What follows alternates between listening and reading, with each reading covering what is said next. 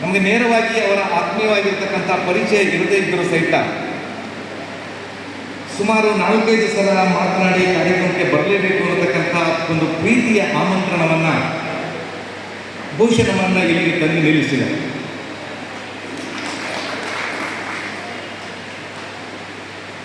ಯಾಕೆಂದರೆ ಒಂದು ACC cement ಇರ್ತದೆ, ಟಾಟಾ ಕಬ್ಬಿಣ ಇರ್ತದೆ, ಒಳ್ಳೆ ಉಸುಕು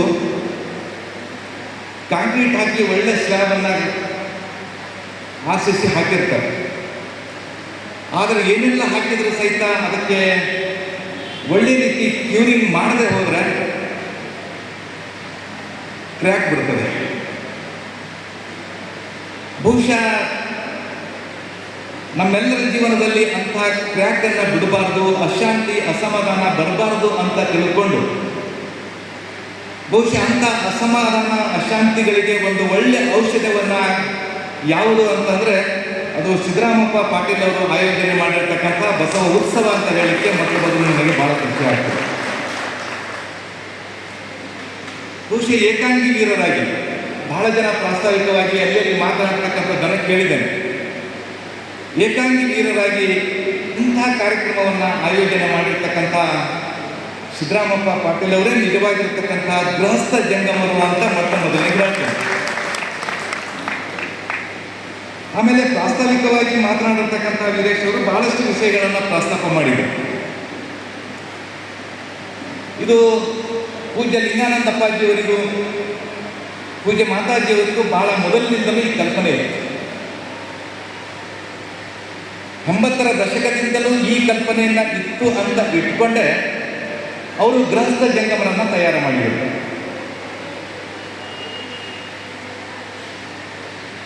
ಗಜನಿ ಸೌರಾಷ್ಟ್ರ ಸೋಮೇಶ್ವರ ದೇವಾಲಯವನ್ನು ಲೂಟಿ ಮಾಡಿದ. ಆದರೆ ಸೌರಾಷ್ಟ್ರ ಸೋಮೇಶ್ವರ ದೇವಾಲಯವನ್ನು ಲೂಟಿ ಮಾಡತಕ್ಕಂಥ ಪ್ರಸಂಗದಲ್ಲಿ ಅವನ ಹತ್ತಿರ ಇರತಕ್ಕಂಥದ್ದು ಬಹಳ ಬೆರಳೆಣಿಕೆಯ ಮೇಲೆ ಇರತಕ್ಕಂಥ ಸೈನಿಕರು. ಆದರೆ ದೇವಸ್ಥಾನದಲ್ಲಿರ್ತಕ್ಕಂಥ ಪೂಜಾರಿಗಳು ಸಾವಿರಾರು ಜನ. ಆದರೆ ಅಷ್ಟೆಲ್ಲ ಜನ ಇದ್ದರೂ ಸಹಿತ ಅವರಂದರು ಹೋರಾಟ ಮಾಡೋದು, ಯುದ್ಧ ಮಾಡೋದು ಅಂತಂದರೆ ಇದು ಕ್ಷತ್ರಿಯರಿಗೆ ಬಿಟ್ಟಿರ್ತಕ್ಕಂಥ ಕೆಲಸ. ಕೇವಲ ಗಂಟೆಯನ್ನು ಹೊಡೆದು ಪೂಜೆ ಮಾಡುವುದು ನಮ್ಮ ಕೆಲಸ ಅನ್ನತಕ್ಕಂಥ ಭಾವನೆಯನ್ನು ಹೊಂದಿರತಕ್ಕಂಥ ಸಾವಿರಾರು ಪೂಜಾರಿಗಳಿದ್ದರೂ ಸಹಿತ ಹೊರಗೆ ಬರಲಿಲ್ಲ. ಒಂದು ವೇಳೆ ಹೊರಗೆ ಬಂದಿದ್ದರೆ ಸೌರಾಷ್ಟ್ರ ಸೋಮೇಶ್ವರ ದೇವಾಲಯ ಲೂಟಿ ಆಗ್ತಾ ಇರಲಿಲ್ಲ. ಅದಕ್ಕಾಗಿ ಬಹುಶಃ ಕೆಲವೇ ಜನ ವಿರಕ್ತ ಜಂಗಮರ ಮೇಲೆ ಬಿಟ್ಟರೆ ಬಹುಶಃ ಈ ಧರ್ಮ ಎಲ್ಲಿಗೆ ಮುಟ್ಟಬೇಕು ಅಲ್ಲಿಗೆ ಮುಟ್ಟೋದಿಲ್ಲ. ಅದಕ್ಕೆ ಗೃಹಸ್ಥ ಜಂಗಮರಿಗೆ ಆ ಜವಾಬ್ದಾರಿಯನ್ನು ಕೊಡಬೇಕು ಅನ್ನತಕ್ಕಂಥ ಕಲ್ಪನೆಯನ್ನು ಇಟ್ಟುಕೊಂಡು ಗೃಹಸ್ಥ ಜಂಗಮರ ಕಲ್ಪನೆಯನ್ನು ಮೊದಲಿಂದಲೇ ಆರಂಭ ಮಾಡಿರ್ತಕ್ಕಂಥವ್ರು ಪೂಜ್ಯ ಲಿಂಗಾನಂದಪ್ಪಾಜಿಯವರು, ಪೂಜ್ಯ ಮಾತಾಜಿಯವರು. ಅದಕ್ಕಾಗಿ ಗೃಹಸ್ಥ ಜಂಗಮರು ಯಾರು ಅಂತ ಕಲ್ಪನೆ ಮಾಡಿಕೊಂಡಾಗ ಕೆಲವೊಂದು ವಿಚಾರಗಳು ಬರ್ತವೆ. ಸದಾಚಾರ ಸದ್ಭಕ್ತಿ ಉಳ್ಳವರು, ಸದ್ಭಾವನೆ ಸುವಿಚಾರ ಹೊಂದಿದವರು, ಕಾಯಕ ದಾಸೋಹ ನೇಮವಾಗಿಸಿಕೊಂಡವರು, ಪರಧನ ಪರಸ್ತ್ರೀಯಿಂದ ದೂರವಿದ್ದವರು, ಇಷ್ಟಲಿಂಗ ಧರಿಸಿ ನಿತ್ಯ ಶಿವಯೋಗ ಗಲಿಯುತ್ತಿರುವವರು,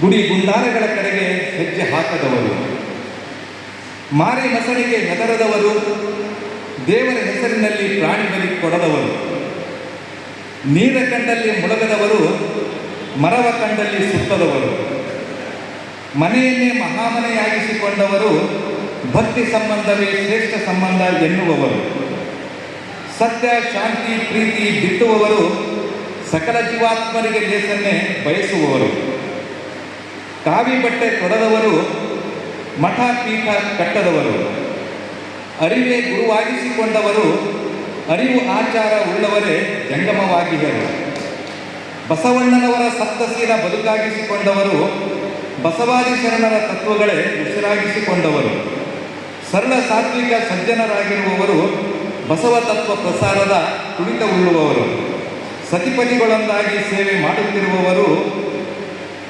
ಸೇವೆಯೇ ಶ್ರೇಷ್ಠ ಜೀವನವೆಂದು ಸವೆಯುತ್ತಿರುವವರು, ಇವರೇ ನಮ್ಮ ಗೃಹಸ್ಥ ಜಂಗಮರು, ಇವರೇ ನಮ್ಮ ಗೃಹಸ್ಥ ಜಂಗಮರು.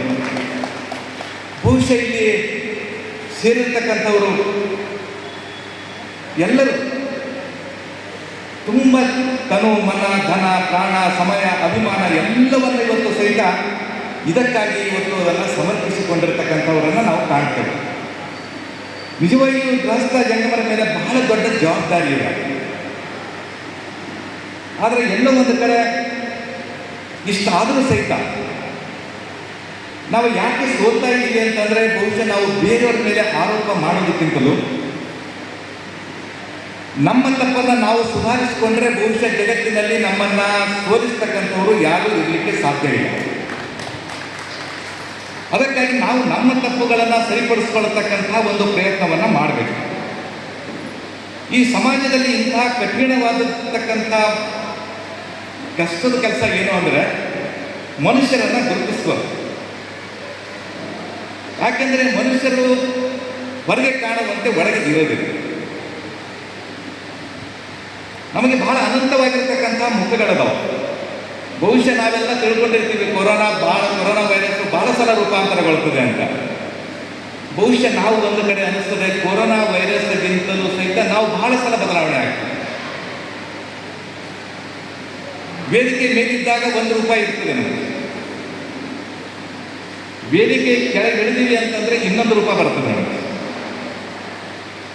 ಮಾತಿನಲ್ಲಿ ₹1 ಇರ್ತದೆ, ಕೃತಿಯಲ್ಲಿ ₹2 ಇರ್ತದೆ, ಬರಹದಲ್ಲಿ ₹1 ಇರ್ತದೆ. ಬರಹ ಬಹಳ ತುಂಬ ಚೆನ್ನಾಗಿರ್ತದೆ, ಆದರೆ ಬದುಕು ₹2 ಇರ್ತದೆ. ಹೊರಗೆ ಬಹಳ ವಿನಯವಂತರಾಗಿ ವಿನಯ ರೂಪ ಇರ್ತದೆ, ಆದರೆ ಒಳಗೆ ಬಹಳ ಅಹಂ ರೂಪ ಇರ್ತದೆ. ಮಾತಿನಲ್ಲಿ ಸತ್ಯ ರೂಪ ಇರ್ತದೆ,